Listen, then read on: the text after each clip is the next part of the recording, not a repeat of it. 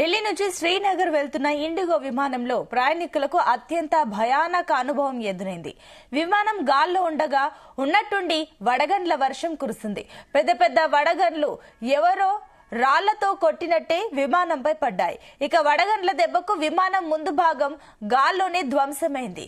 ఈ విమానంలో 227 మంది ప్రయాణికులు ఉండగా ఈ ఘటన జరిగింది. దీంతో ఏం జరుగుతుందో తెలియక ప్రయాణికులు ఆందోళనకు గురయ్యారు.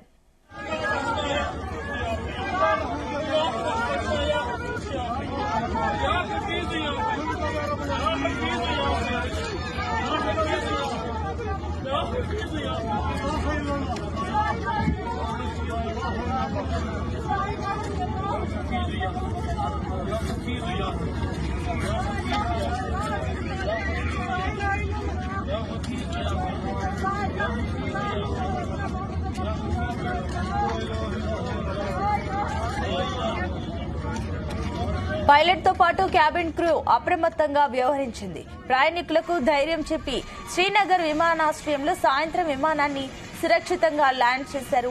దీంతో పెద్ద ప్రమాదం తప్పిందని ప్రయాణికులు ఊపిరి పీల్చుకున్నారు.